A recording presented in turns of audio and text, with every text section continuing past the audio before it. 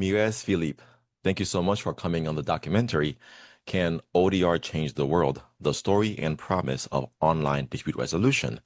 And so I appreciate you for taking the time to come and just share your thoughts about the evolution, the backstory of ODR, and just to see where things go from this point on.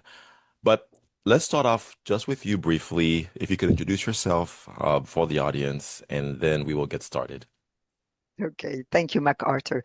And first, I'd really would like to thank you not only for inviting me for your documentary, but also congratulate you for contributing to shed some light on the field, which is considerably untapped and lagging behind all types of services.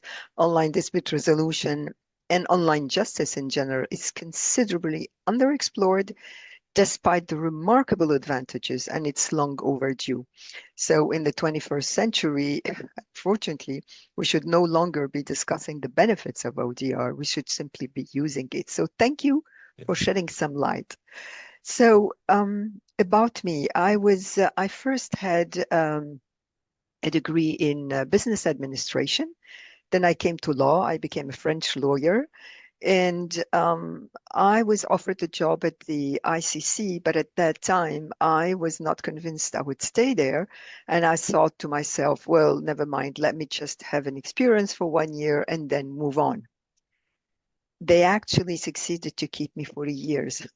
And the reason for that is because I was uh, probably the only person, except Ben Davis, whom I will mention also, that have done so many things at the ICC, not limited to arbitration. I also worked on the expertise, on appointing arbitrators with, now I forgot the name, the international air flights. I'll remember the name anyway. They came to us to help them find arbitrators and help them with the procedure.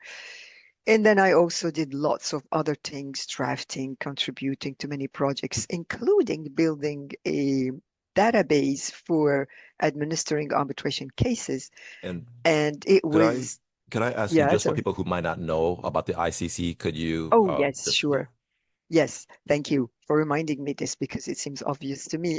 The International Chamber of Commerce actually has a very important department called the International Court of Arbitration that administers arbitrations from point A to the delivery of the award.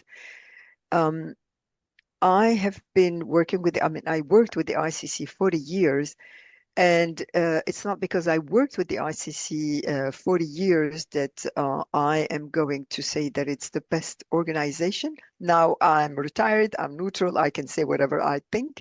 And I truly consider that it is the best international dispute resolution organization because it administers the procedures in a very effective way from point one to the delivery, as I said. And also because it was the only institution until very recently that scrutinized awards before delivering them to the parties. And we heard many arbitrators telling us that it was a safety net for them because when they draft or when they draft alone, for instance, when it's a sole arbitrator, they have no one to speak to make sure that they have considered all points, that everything is clear in the award, how parties may perceive the reasoning and the award.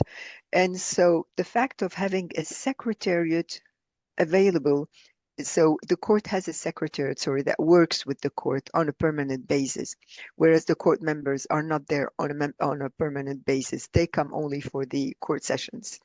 So the fact of having a secretariat working day in, day out on the arbitration procedures and ensuring that the procedure is conducted properly according to the rules and that no problem can potentially endanger the award, the final award, is a true service rendered to the parties and the arbitrators who find support with the secretariat, of course. So it is one of the first international dispute resolution organizations founded in 1919, but the court was founded in 1923. And the next one was also the Swedish arbitration institution. I think they were the only ones, and the London International Court of Arbitration, almost at the same period. So the ICC court and the ICC procedure, in my view, after such a long experience, is really the best one. So this is all I can say about the ICC. I can speak, of course, for hours, but this is just to present what the ICC court means. It's not the criminal court because people confuse with ICC, the International Court, the criminal court, sorry, which is at The Hague, Yes. and the ICC International Chamber. The headquarters are in Paris, but then we have also country representatives around the world. Gotcha. So that your experience, therefore, is very broad in the ICC and in arbitration generally. Could you take us then to the beginnings of ODR? And I know you're in Paris. You're also European, and so you're one of the few Europeans I have in this documentary. So I'm going to ask you to speak broadly for the entire continent, Yeah, if possible. right. I'll try to because I don't know if there's anything specific to the I know, continent, but I'll I try know. to. Anyway, so how did it start? It all started with the technology. Was this your question? Sorry. Technology in, Yes, the beginnings of ODR in yes, France and Europe. in Europe. I can only speak to my experience with the ICC. It all started actually when Ben Davis was requested to build a database for the court. He included me in his team, and that was back in the early 90s. He included me in his team, and he was the one I owe him to have involved me in technology. At that time, I knew nothing about it. So Ben Davis built the database for the court together with an engineer team and with a few people from the secretariat like me. He was really a pioneer. And I can say that after him, but at that time, that's a funny detail. At that time, it was the old computers using only keyboards with screens with a black background and characters in orange, yellow, orange. And so you could only use the system using the keyboard, no mouse, nothing. Yep. So he built that database, and later we needed, of course, to use the new technology. We built on that database, but what he built at that time remained actual, and we built on it simply to use the new technology.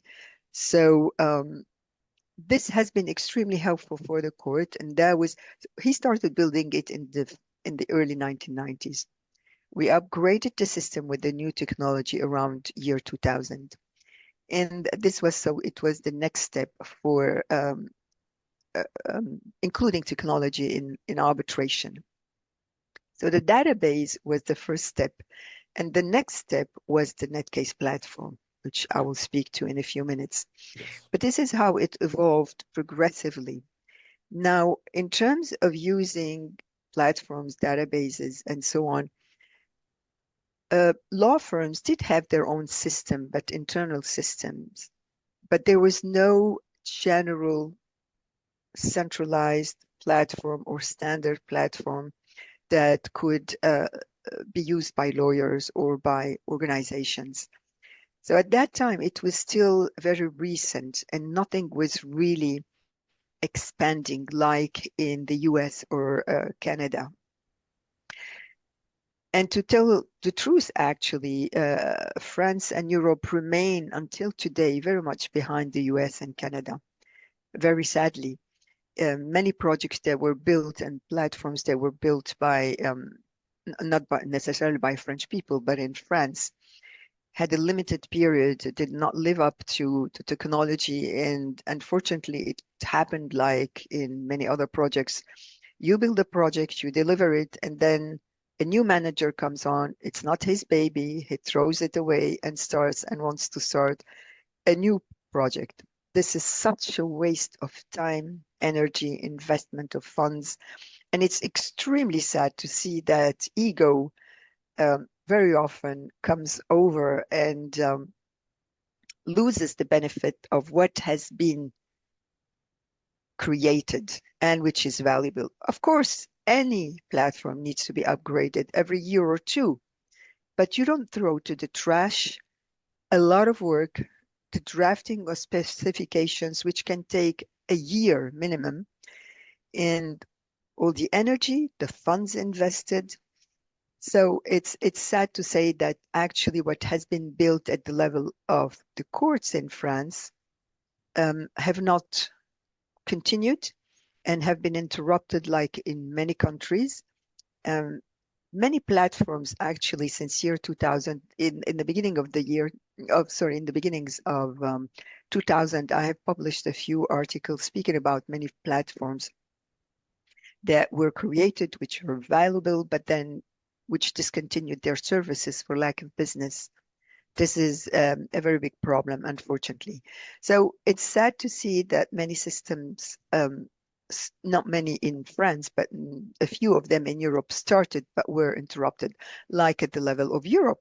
Europe started 3 projects in the years 2000, I think, the EEG Net, EcoDear, and a third one, the ODR platform, which were interrupted. They were very good. I tested them. My colleagues and fellows on NCTDR and iCoder also tested them. They were working, but then Europe decided that the Commission decided that they would stop them and start new projects. It's such a waste of time. And the problem is that the minute you offer a service to clients, clients have expectations. They want to use the service. And when you interrupt the service, they expect that you give them something in replacement. And when this does not happen, the result was that people thought ODR, ODR specifically, was science fiction, that it was nothing real, that it was a sort of a game, of a test, but that you could not use it. So the impact was very negative on stopping, on interrupting services and platforms. And until today, people are very skeptical about using platforms for security reasons and for user-friendly purposes. So yeah, this is where we stand, at least in Europe. One thing positive about European countries, in Lithuania and Estonia, I discovered back in 2018, that any person can file a claim with the court online simply using her or his ID card number, which is absolutely amazing. But I learned that that was possible because the countries were still not only building, but we're still structuring their administrative services, and that it was possible to integrate a platform for such services. And it seems to be working very well. I think that Norway has also started something. Not sure about that. I haven't continued to follow up with the progress. But that's all. It's not like the US and Canada. That being said, even in the US, there are very few courts who use platforms to resolve disputes. Yes. So, did you want to address any downsides or negatives from what had been happening in ODR in Europe? I understand it wasn't much in terms of development, but what are some of the negatives? So I would say that the negatives, which do not only concern Europe, MacArthur, I think it's important to specify this. What I can say is what I have observed over the past 25 years. The um, the downsides um, the downsides are multiple. Let me start with these, but before speaking about the downsides, or at least what were the reasons for failing to bring justice online, I would first say that actually, when you don't offer remedy to people, it's a denial of justice. Why? Because people do not have the means to go to courts or to hire lawyers for low value claims, or when they are very far away from courts, sorry, you do not give them the opportunity to have remedy, to obtain remedy. And so this is a human right issue. And of course, courts need really to take this as a priority.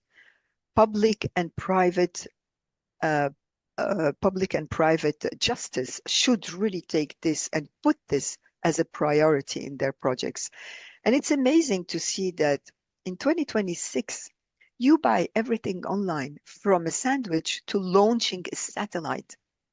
And thinking that until today, justice is not available online really makes me so sad, together with all colleagues that you have interviewed and fellows on NCTDR and ODR. And I think that Colin said one day, we planted seeds, we may never see the fruits, but at least we hope that the future can use these seeds and can bring justice online. Yes.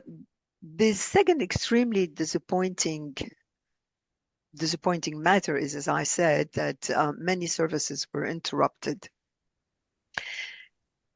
Now, let me speak to the reasons that I consider, excuse me, that I consider where the problems of, or where the reasons for which ODR is lagging behind. So first, people must stop thinking that ODR is, that justice online is not possible.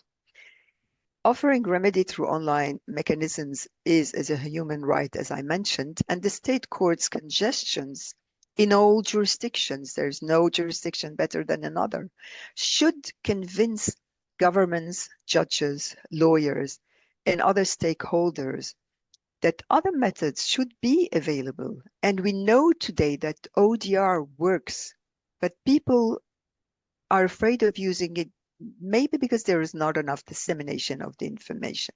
I'll come to that. So questioning whether access to justice is possible online is groundless. Many ODR providers have proven that it is not science fiction, because everyone thinks it's science fiction. It's no longer sustainable today. And it's not a sustainable business strategy also to question whether ODR is possible, no matter the challenges for building platforms to settle disputes online. We must stop being bystanders. We really should dare taking initiatives and be innovators.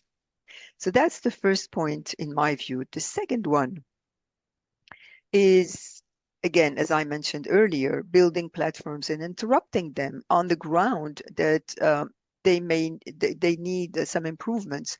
You don't stop a project because it needs improvements. You build on what has been already performed, realized, and then you improve it. But you continue giving a service to clients, and you continue building marketing-wise. Like, for instance, you deliver a platform, and then you inform the clients. This is exactly what I did when I built Netcase. You inform the users that this is what we're offering today. We ask them to use the system and to give us feedback. And every time I received feedback, I would inform the users that we are going to consider their feedback. I would go to the engineer team, build this additional feature, come back and market. Say, we have heard you. This is what we have done. So I did that twice a year during a few years. I would hear the feedback, take them on, and improve the system. So when users see that they are heard and that their expectations are met, that the platform is user-friendly, they come back and use it and trust the system. Therefore, you cannot interrupt the system on the ground that it needs improvement. The third pitfall, or the third, unfortunately, significant mistake, is the lack of long-term business plan and appropriate budgeting. And this has happened over and over again, and I saw it all the time, not only with the platform that I built, but also other projects that I followed. So building a platform, in my view, is not like building a house and delivering it. I always use the image of bringing up a child who needs constant care, and a platform needs constant upgrading. I read once that the one thing that never changes about technology is the fact that it is in a constant a state of change. And this is exactly what we need to consider. So when a project of building a platform is considered, the budgeting should also be taken into account and include many aspects. It's not only about drafting the specifications, which is an extremely important phase. It took me more than a year to draft the specifications for Netcase. You need also to consider 24/7 support, the dissemination of information to familiarize the users, the rapid fixing of any malfunction, regular upgrading, the teams to put in place, which should comprise in-house experts who know the needs of the firm who's building the project, um, engineers, a project manager, so all stakeholders, including users. Very often, unfortunately, users are neglected, and they are the key to success to a platform. So budgeting and long-time vision is very important. Very sadly, what usually happens is that, and one of the difficulties is that the projects are financed by external funders. And those external funders expect immediate income, whereas such projects should be built for the long term. And they don't understand this. If it doesn't generate income, immediate income, they stop providing funds, and then you have to start all over again and stop projects. I have followed 3 projects in the past 5 years in Europe that were interrupted. They were working perfectly well. I have helped the people building the platform to tell them what was wrong, what was good, to share my experience. So it was done on a pro bono basis. But I was so sad when they told me that unfortunately the funds stopped and they had to interrupt the platforms again. So it's over and over, and it's extremely sad. The fourth repeated mistake is, as I said, neglecting the time and effort for drafting understandable specifications. Very interestingly, the 2016 Queen's Mary survey, you probably know about that, the Queen's Mary survey on international dispute resolution was about, in that year, preempting and resolving technology, media and telecom disputes. They identified actually in this survey that the common ground for dispute was the specifications, the drafting of the specifications. So this is an extremely important phase of building a project. It is true that it's a long process, but then you benefit from avoiding potential malfunctions and potential unexpected problems because you have not considered enough the testing phases, you have not involved enough the users, and so on. The fifth mistake is ignoring existing mechanisms and platform. Nobody invents the wheel. There are mechanisms that exist and we can learn from each other.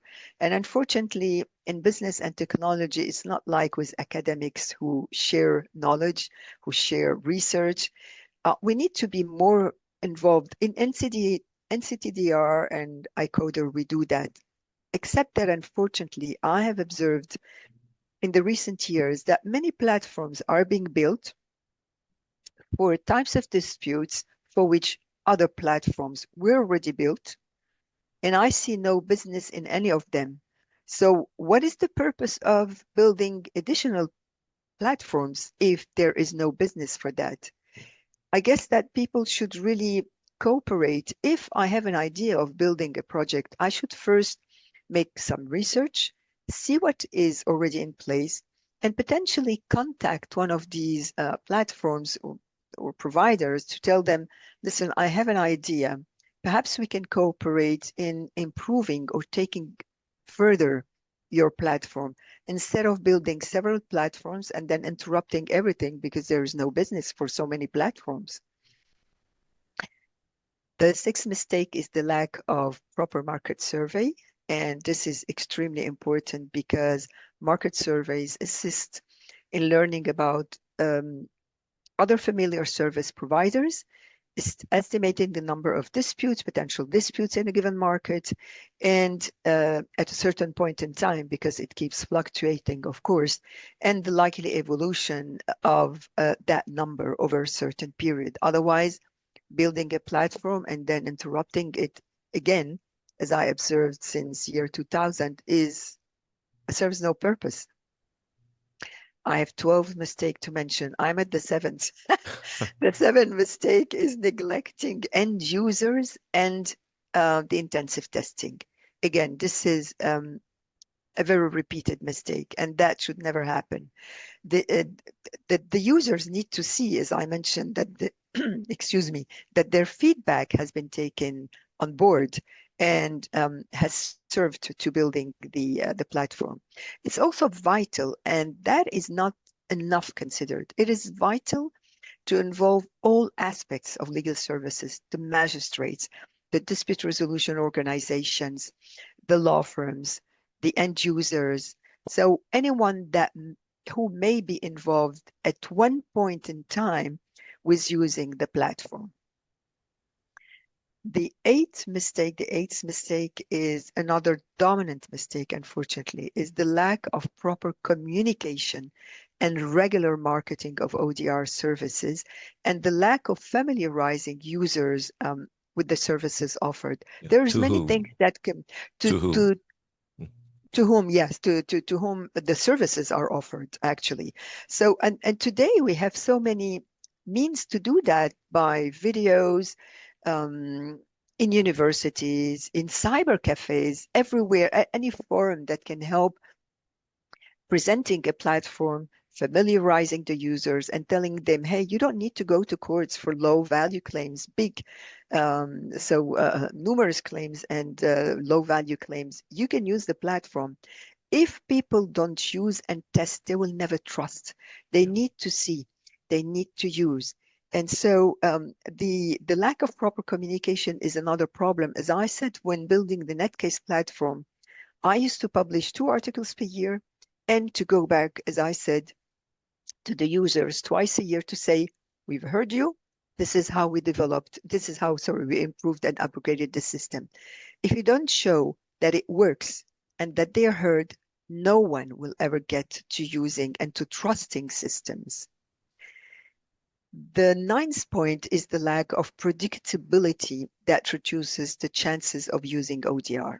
And by predictability, I mean the usefulness of settling disputes online that cannot be measured if no statistical reports are published about the efficiency of the system and whether ODR providers is trustworthy.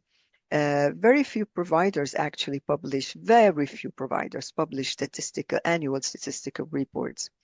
And gaining the user's confidence is crucial, as I mentioned, especially when you have no means to meet the provider, the service provider. So you need to trust the system by reading about its performance and the delivery. And that concerns everything, how the disputes were settled, what was the outcome. The providers can also publish the results, can publish the decisions if they're not confidential, of course, but in consumer disputes, I think that nothing is really confidential. So if you don't have feedback and you cannot understand, you cannot measure the efficiency of a system, you will not succeed to have people involved in online dispute resolution. The mistake number 10 that I find also very shocking and is difference among services offered. There is no consistency and there is no centralized system that offers the users to find in a centralized place a list of providers, what type of offers, what type of services, sorry, they offer, in which countries. For instance, in the past, many platforms did not want to offer services in China. So to which country are they delivered? What type of services they cover? Insurance, um, car purchase, whatever. The number of cases they have received, the value, the outcome. So you need to have also, sorry, and to have information about the provider. It happens quite often that when you go, it happened, I have not checked recently, quite often that when you go on a platform, you don't even know where the provider is located. Yeah. You don't have the details. You don't know what the funds are, how it was funded, who are the people behind. So you need standards information, exactly the same information published in a centralized place where everyone can go and make a documented decision before turning to provider A or to provider B, and be really informed about what it can expect. Um, so the centralized system, in my view, is really the most important one. I will stop here because there is many other comments that I can make. The standardized information also, sorry, yes, the standardized information about procedures. Many procedures are not clear enough on several platforms, not dispute resolution organizations, but on ODR platforms and other platforms. You do not know, for instance, when you can expect a decision, how long it takes, what it costs, and so on. These are standard informations that should be provided by any platform. So centralizing and standardizing some information is crucial to the success of confidence in a platform and in a service. Understand. Well, you only had two more downsides to go. That you can mention them real quick. Okay, the improper selection of suppliers. It's again extremely difficult to find the proper. Unfortunately, I have experienced this with the Arbitral Women. It's very difficult to find a proper provider because all engineers tell you we are the best. We can, of course, um, meet your expectations. This is what we will do, and so on. And when you start working with the providers, you see that actually, at least one of the providers I worked with actually was learning by doing with us, was really learning almost coding. So you expect, for instance, that some questions do not need to be asked, and it's something obvious for an engineer. But then you're so disappointed, and you expect that it can work better. But then once you have invested an amount, and you know that you have, for instance, dedicated, let's say, 20,000 euros or $20,000 for a specific project, and then you find yourself faced with a provider or with an engineer who is not up to the job, and you need to change and find another one, you have lost some money already in this project, and you need to start again. So when you are a small structure, like Arbitral Women, for instance, you do not have that much funds to enable you throw this money to the trash and start again. And you don't have the time and the manpower because everything is done pro bono. Though I spend a lot of time on the website, a huge lot of time. It's been 30 years that I've been doing this, Yeah. but it's time wasted. I could use this time in a more efficient way. So the choice of the provider and the supplier is extremely important. Yeah, no, these are fascinating points. I think there's one more left, right? Number 12.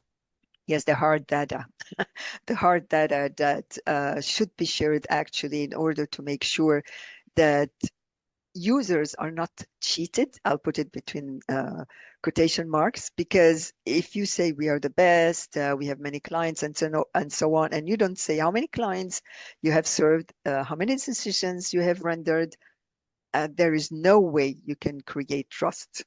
I think I mentioned it earlier also when speaking about annual reports. Voila, as we say in French, this is all I can say without Yes. giving too much into details when speaking about the repeated mistakes and the reasons for which justice is lagging behind, and online services, online dispute ODR services are lagging behind. Yes, no, thank you so much for it. It was a very succinct list that actually should bring attention to how then do we resolve these problems so that they don't become roadblocks for the development of ODR. So let's pivot a little bit. Mhm. When I understand what was happening from early 2000s, but then didn't things change around COVID? Didn't the pandemic start giving, fuel to a potential growth and opportunity in ODR? What are your thoughts about how the pandemic affected things? I think that the only positive aspect about the lockdown was to get people to trust platforms available because they needed to continue business. Yes. And so everyone started using platforms to connect. And ironically, everyone became ODR experts. So I discovered this with irony, and we laughed about it with my fellows, ODR fellows, uh, because ODR is not about using platforms to connect. It's about many things also. So this is the evolution that I saw since then. And now, thanks to this period, actually, everyone learned that there are means to continue business in a different way. If I take the example of arbitration, arbitrators and parties used to meet for any single reason, to organize the procedure, for the terms of reference, for the pleadings, and so on. They learned during the lockdown period to hold the case management online. So they meet online to decide on the management of the case. Sometimes also they held pleadings online, and it was extremely interesting to see how it evolved. Of course, we had to publish also techniques and good practices about how to hold online hearings, verifying the technology, verifying that no one else is in the room, verifying, for instance, with the witnesses that nobody is dictating the answers, and so on. But it worked. It worked, and they used the technology in many cases because they needed to continue the work. And so these are the positive points since the lockdown. Now, many people are saving actually money because you stop traveling for any meeting. You upload your on a platform, you upload your pleadings and the documents in a case instead of sending documents through DHL, and you can also upload them until midnight if you have a deadline, instead of thinking, oh, I've got to go to the post office before it closes down. So there are many positive aspects to this. So, what has it been since the pandemic? Has the pandemic produced or caused people to start investing in ODR platforms? Are there a growing number of tools now that can be used? I think that they have more tools than they used to use before, actually. And I learned also recently that many law firms use AI, of course, for research because they used to have, an army of paralegals sometimes in some cases Yeah. to help them find the case law and organizing properly the case. Uh, Now using AI helps them a lot. Unfortunately, it removes jobs, but it helps them, using effectively the time available to them. So this has changed, and I think that more and more users are trusting platforms. Unfortunately, today there are very few organizations offering services online. What I built in the past, the Netcase platform, not because I built it, but because I observed what happened afterwards. I built the Netcase platform in years 2000, 2001. And it was really extremely efficient because the entire case was online. Everything was very well organized. You had a page dedicated for every information you needed in the case, the contact details, the financial aspects, the pleadings.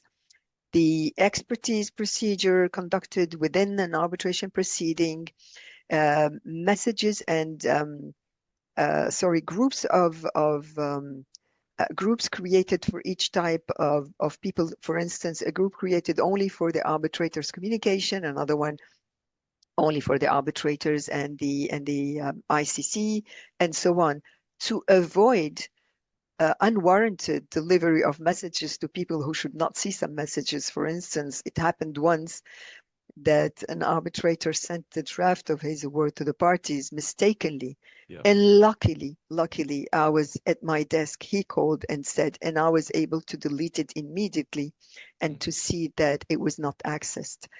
But I also had a very interesting experience. For instance, we had a case, we did not deliver the award online, but in one case, the parties expressly requested that the award be delivered online.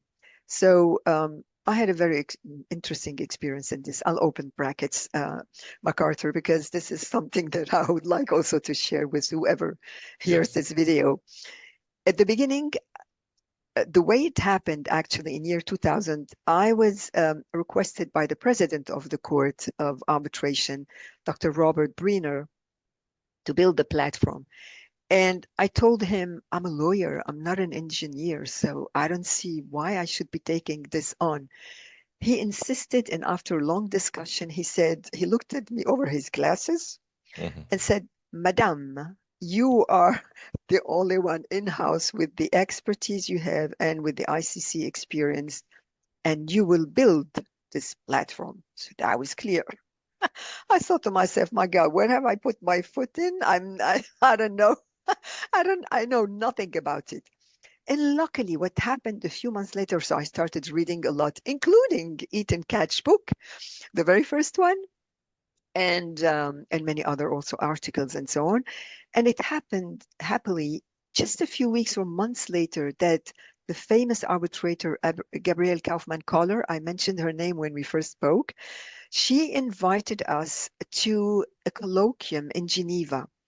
And I found myself sitting around a square table with Eat and Catch. I think Colin Rule was there, Dana Haviland, who passed away very recently, and many other people, so stakeholders in dispute resolution and technology. And we discussed about how to bring technology online.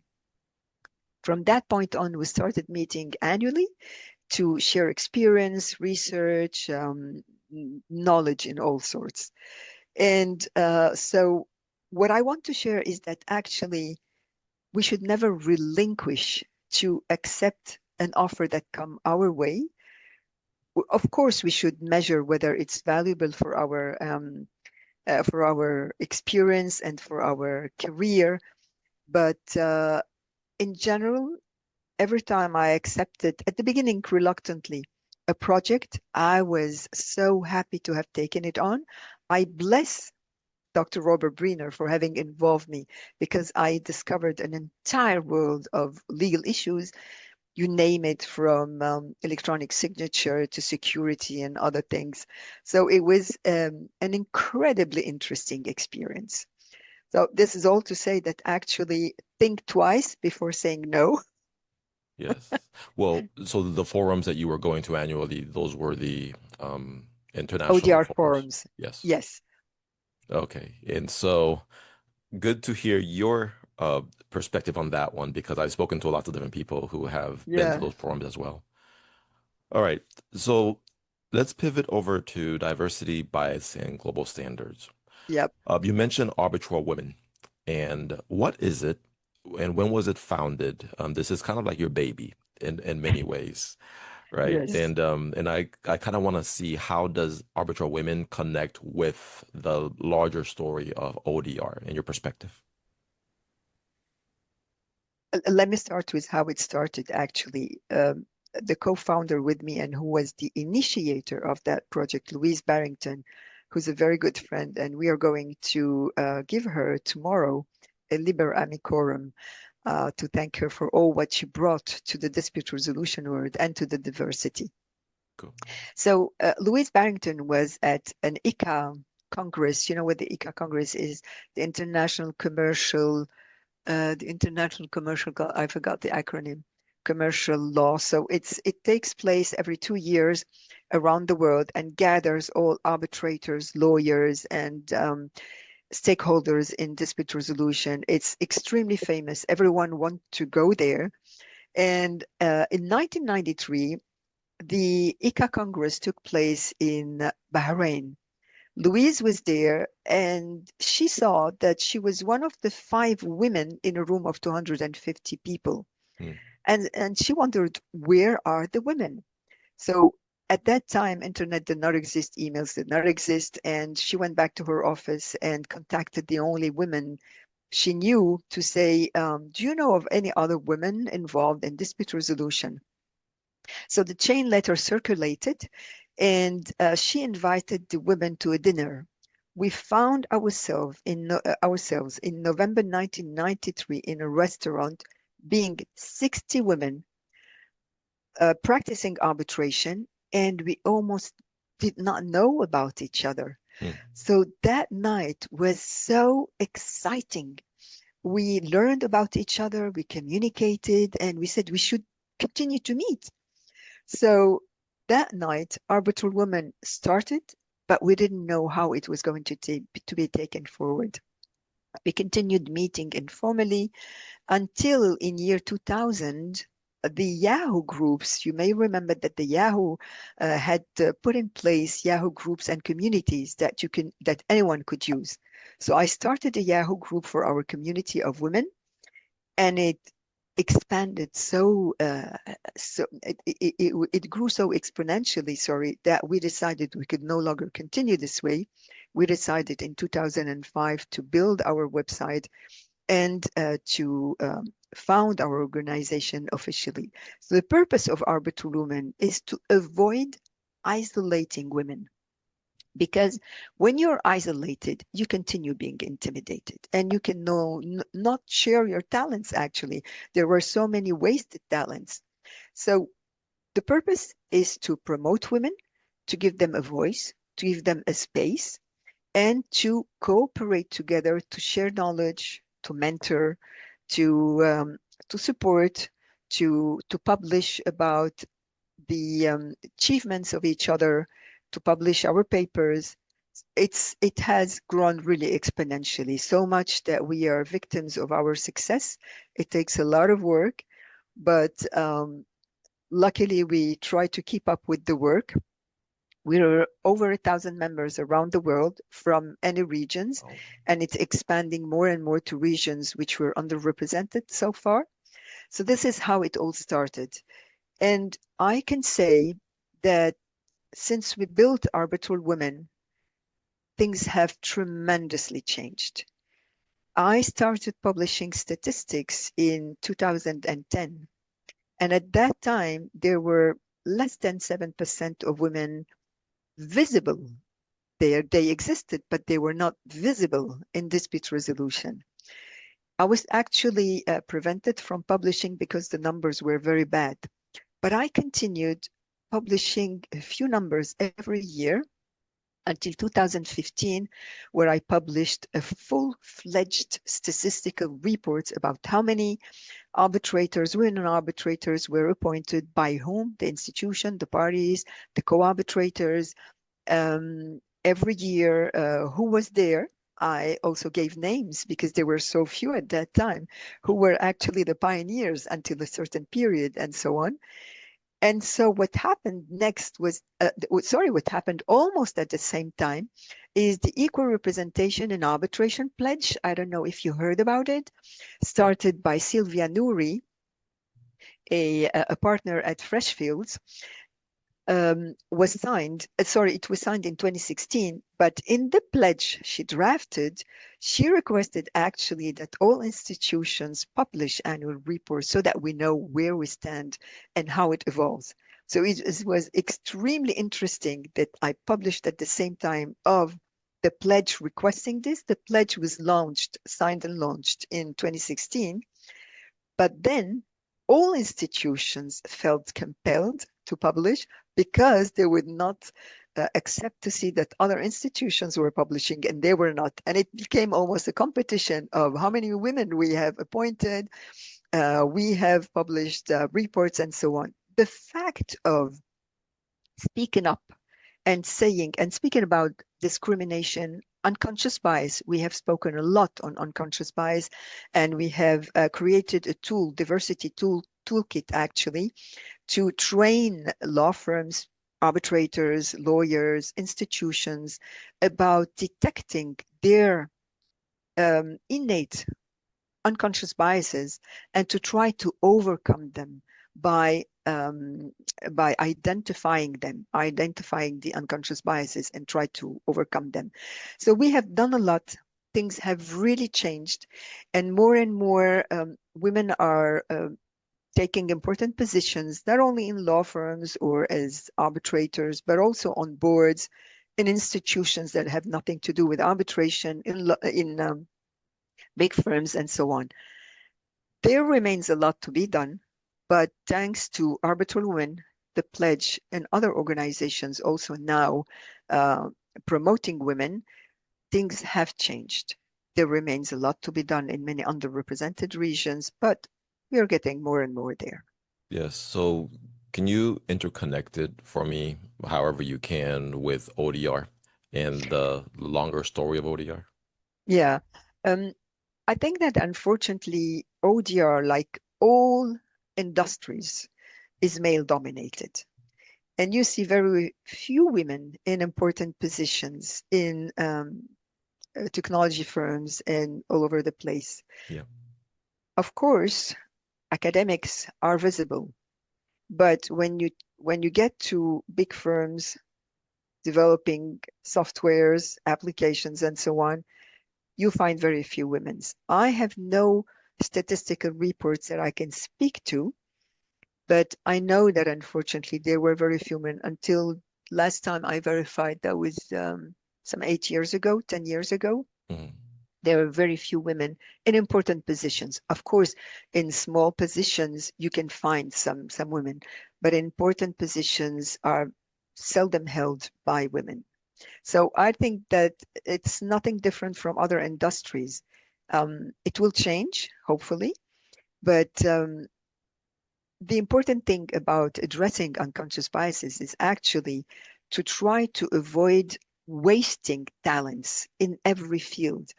And it exists in dispute resolution as it exists in ODR, as it exists in technology, in military services, in every single service. So yeah, women should be given a better place and a better voice. That's all I can say about this. Okay, so I know that there's been, of course, a lot of AI activity in the ODR space over the years. Over the last 3 years, really, it's amazing that time has flown by so much. But as AI continues to develop, especially agentic AI now, that's kind of taken over from generative AI just from a couple of years ago. As AI keeps developing further and further, what are your thoughts from what you've seen, and what kind of keeps you up at night that might be a little scary to think about? Um, I'll share my really view on this, and which is a bit maybe not shared with everyone, but AI is undeniably a major trend, and it seems that everyone wants to speak about AI or is eager to join panels to speak about AI because it's very trendy. Yeah. I'm not sure, though, that all are fully aware of the risks involved. With NCTDR and iCoder, that Colin, Ethan, and Dan have referred to, colleagues are increasingly engaging with critical issues such as security, ethics, and governance. Like many, I value, of course, the support of AI and the support that it provides us in our day-to-day work. However, I do not believe it can or should replace human decision makers. I have recently seen that AI can generate an arbitral award, but even when supplied with extensive information, legal arguments, proposed solutions, a machine cannot replicate the empathy of an arbitrator, nor can it discern when a situation calls for not the strict application of law, but for a decision based on equity, fairness, as an in amiable composition. So I do not wish to see that AI replaces arbitrators in this specific example. The same applies actually for AI used and removing so many jobs. It's true that it may be helpful for many things like buying any service online at midnight or hours with shops closed. But where do we go? Is this, it does create some jobs for some people in the technology, but it removes thousands of jobs for people in what is it that we want to do with AI? It's very helpful again for day-to-day work, and it can be a service rendered for instance, small entities, small firms, limited bodies who cannot afford hiring many employees to help them work. So it is helpful, but what do we want in the future? What do we want the humanity to come to? Do we want to remove human beings? What jobs are we offering them? What is the future? Technology is not life. Technology is helpful, but it's not life. And life is about giving jobs to people who can live with their families, create, invent, enjoy, and be innovators. So technology is good, but let's be very careful and maybe stop some things now that it's still possible to do so by measuring how risky it can be and how valuable it can be. Of course, it's valuable, but how risky it can be. So these are my personal feelings about AI and the fear that I see that many jobs, thousands of jobs all over the world have been removed from people to be given to machines. Machines don't need an earning. Yeah. So yeah, that's my position.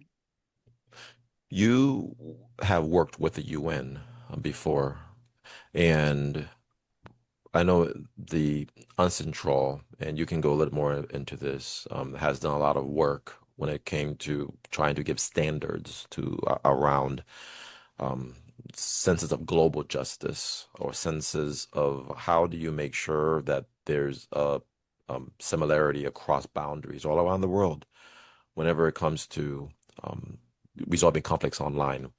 Can you tell us about that experience? How was that to work in that working group at the UN, and what do you see came from it as a result?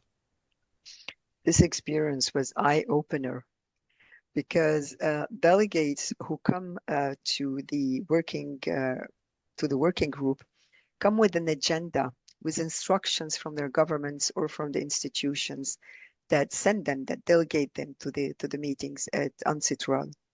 So it is complicated to reach agreements, even less so consensus. And what I experienced with the technical notes on ODR that we finally drafted, actually we succeeded drafting it simply because UNCITRAL has imposed on us a deadline to deliver a document, whatever we want to call it, whatever it contained, we had to deliver something by February 2016, and this is what we've done. But we faced difficulties in agreeing on standards that we wanted to give to the users. So we did it really at a very low level, like giving simply definitions of what an ODR platform is, an ODR provider, an ODR user, that we can use technology for hearings and so on. But it gave no standards and common practices that we recommended using across the board so that everybody had consistent recommendations and consistent practices to enable users trust whatever system it was using. At the end of the day, we only delivered these technical notes, which were only helpful for the definitions we gave, but consensus was no consensus was reached about how it should go further. And the UNCITRAL has put an end to the working group on ODR after having delivered the technical notes. So it didn't go anywhere. It has the merit of existing, at least for the definitions and what it stood at that time. But we can't say that, unfortunately, we have given the users documentation to work consistently on building platforms. What should platforms provide information about? How is the procedure to be conducted? What are the basic rules that each provider should be offering? The basic information that it should be providing online or to the clients directly in the back end once you create an account. So all of this basic information I had published about them actually back in year 2000 were not provided, unfortunately. And so this is something that we are missing. And the only thing we have today is we do have something very interesting. I believe that, sorry, let me show you this. I believe that somebody has spoken about it, the dispute system design, Yeah. published by Janet, Martinez. and other, yeah, Yes. and other colleagues. So, but we don't really have something, this is a book. You need something simple to follow, like checklists. I'm very much in favor of checklists because it's easier and available to everyone. So you need these basic, you have it. Yeah, Yeah, okay. Yeah. absolutely. So you need to have something helpful for the users. You don't need to noyer. How do you say noyer? You don't need to get them lost in full-fledged and thousands of information. You need to guide them, to give them protocols, checklists, guidance really to help them. This is the basic information. This is what you need absolutely to do. And then you can go to read the book. You can contact other um, developers, initiators of projects to learn more and to offer consistent and useful services. So this is something we're still lacking. I deplore it actually, and I would have loved to see it developed in a way or another. Maybe in the future somebody will do it. And it's not that somebody, because I mean, in the technology and ODR, we do have people who thought about it. I did also. But we need organizations to take this forward. I actually proposed to Uncitral at that time. I forget the name of the guy who was in charge before. The person in place now, a woman, I'm losing her name. I can't remember her name, and I know her. I did propose to him to take such a project on, and he said, I need first to go to the main decision makers about what we should be undertaking as working groups. And they finally said, no, it's not interesting for us. Very unfortunately, I tried also with OECD, but the I think the project didn't interest anyone. Nobody saw the importance of having standards used by everyone. Of course, every provider and every service offered online can be different because, of course, they want to make business out of it. But at least standards should be offered to users to, again, to create confidence and to help them navigate in such a world which is still new to everyone. Yes. So when it comes to like the ISO, for example, talking about global standards, the NCTDR recently, of course, took their standards from 2022, Yeah. gave it to the ISO, and so that was officially made, confirmed Hmm. as official last year, 2025. But is that one step in the right direction, would you say? It is one step in that direction, but it's not enough because, for instance, what I think about, as I mentioned earlier, the standards that providers and platforms should provide, again, is, as I mentioned, the contact details of and the business address of the provider, the names of people involved, the roles of people, when the provider started, if the provider is a member of a certification program or trust seal program, the types of disputes they handle, the cap amounts they accept to handle, the languages they can work in, if the services are offered are limited to a certain number of countries, a chart of the procedure, just a simple chart of the procedure. Point one is filing the case, point two is paying the administrative costs, and so on, and give them a predictable timeline about how a procedure, a standard procedure, is conducted, how the complaint should be filed, when the answer should be filed, and so on. Really basic information.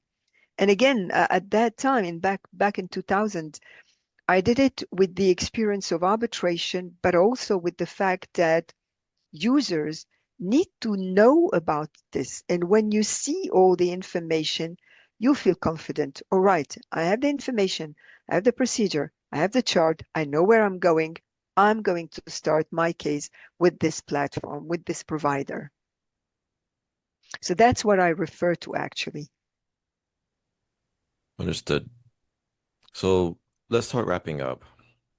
What would you say are your biggest contributions to this field of ODR? You've been doing ODR work, perhaps in ways you didn't realize. You've been doing it for years, right? For decades. So what would be your contributions? My really contribution that I was proud of is building the Netcase platform. Yeah. And the second contribution that I'm proud of is having joined the NCTDR and ICODA group, with whom I shared a lot and with whom I learned a lot. And it's a wonderful group that with remarkable people, experienced, and it's always a pleasure to hear from them, to hear their research, to hear about the work they conducted. So I would say that these are two things that I'm proud of. And years from now, when this is being talked about from a historical perspective, what would you want? I guess first off, what do you think people will look back on, when this time period is studied, and then what would you want them to remember during this time period?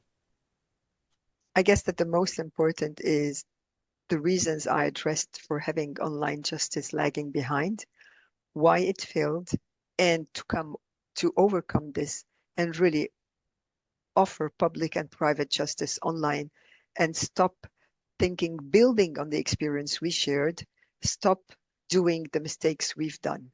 Not we, ODR experts, but also the governments, the courts, the institutions, everyone. Actually, it's everyone's concern, because providing justice online and speedy decisions, cheap access to remedy of disputes is so important that I really hope that in the very near future, people will do it and will say, thanks to those people who came before us, we now understand what are the reasons for lagging behind and for the mistakes. We also come on the shoulders of giants, so everyone learns from everyone. I do not pretend to having invented the wheel. I just used and learned from others to build something and hope that our experience will help others go further and more rapidly than what happened in the past 3 decades. Colin, for instance, have been there for the past 40 years. I've been there for the past 30 years, but it's still very slow because it's technology and it goes very fast. It goes very fast in every single field Why isn't it not going fast with the justice? It's something that I really am very sad about. So I Yes. hope that the future will change Yes. and will provide justice to many people who are denied justice, thousands of people around the world. Yes. Before I get to the last question, I think one thing people may look back on, with a little bit of surprise when this time period, this chapter is written about ODR and its development is, I guess, the influence of how many non-technical people like you and like me, who weren't computer science majors, who don't hold degrees in, the hard sciences, ended up being the ones to put all this together. It's something I've discovered over the last, many months of doing this work that but we're completely dependent, of course, on the actual technicians. We're dependent on them, like you said before, in one of the downsides. I think it was number 7, maybe. Like you have to, or maybe number 9, you have to do a really good job of selecting the proper developer to make Yeah. sure that you can get your idea into their hands so they can do the thing that you actually envision. You know, so just a thought. What do you think about that? About us non-technical types? We are actually the most important component because we have the expertise and experience of the field for which a platform is built. Of course, if we don't have the project manager to help us, like I had actually when I built the Netcase platform, I had a team of engineers, but I had also a project manager, and the project manager was also an engineer. So when the engineers didn't understand my specifications or my needs, he would explain to them. And when they actually would, two things. First, when they actually asked questions, sometimes I would look at my specifications and thought, all right, I need to develop this part, and would go back to my desk and write further. And once they have built a part, a component of the platform, and I've seen the result, I saw that they didn't understand exactly what we needed. So Yeah. I went back to my specifications and completed them. So this is extremely important to have the expertise people from the ground and also the engineers together with the project manager who is an intermediary between both because he has the technology language. I did not have the technology language, Yeah. but he understood also arbitration because he spent a few months interviewing me and interviewing other people. So he kind of understood a bit our needs, but then I drafted the specifications and it really took a year. So the experts are us, non-technology people. Gotcha, gotcha. Okay. And so, um, and one more thing with regards to the people looking back in time, from a historical perspective, I imagine a lot of the work that you've done with arbitral women and just diversity in general will probably be something that will stand out as well. Because aside from you, I don't really know that many people in the ODR field who have also had such a big focus on making sure that all voices are represented at the table. Which it's actually one I actually had told this to somebody I was going to interview for the documentary. I told them that I want to make sure I don't just have the voices of white men in this documentary. And Leah Wang, the head of the NCTDR, now is a woman, and I actually mentioned that to her, and so it was very important to us, to make sure that we get voices like yours and others as well. So thank you, for that, for bringing attention to that, because that's very important. Thank you. And actually, a funny thing that happened back in 2017 when I organized the ODR forum in Paris. It was extremely successful. And at the beginning of the forum it was a 2-day forum. At the beginning, I asked women in the room to stand up to see how many people are involved, and it was half of the room. Yeah. And I said, you see, this has to continue. And Leah was among them, and she came up to me and thanked me for having done this.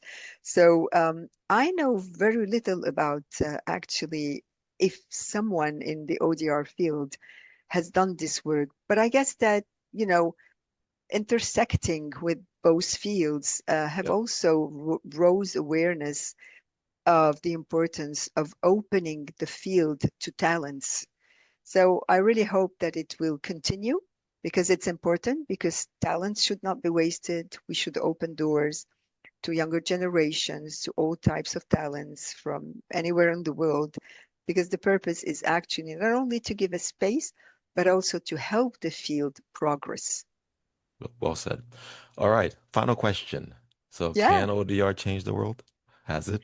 Will it? I think, Mark Arthur, I think it will help change the world if we give justice online.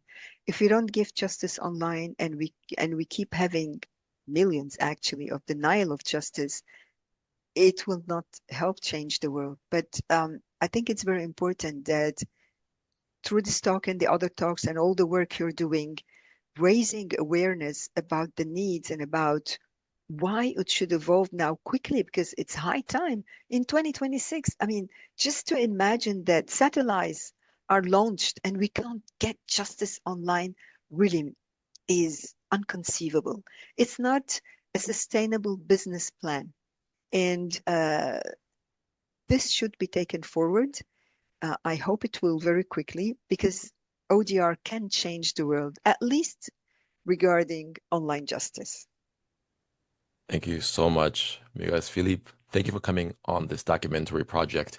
And you're a very important voice to have on. And so I appreciate you.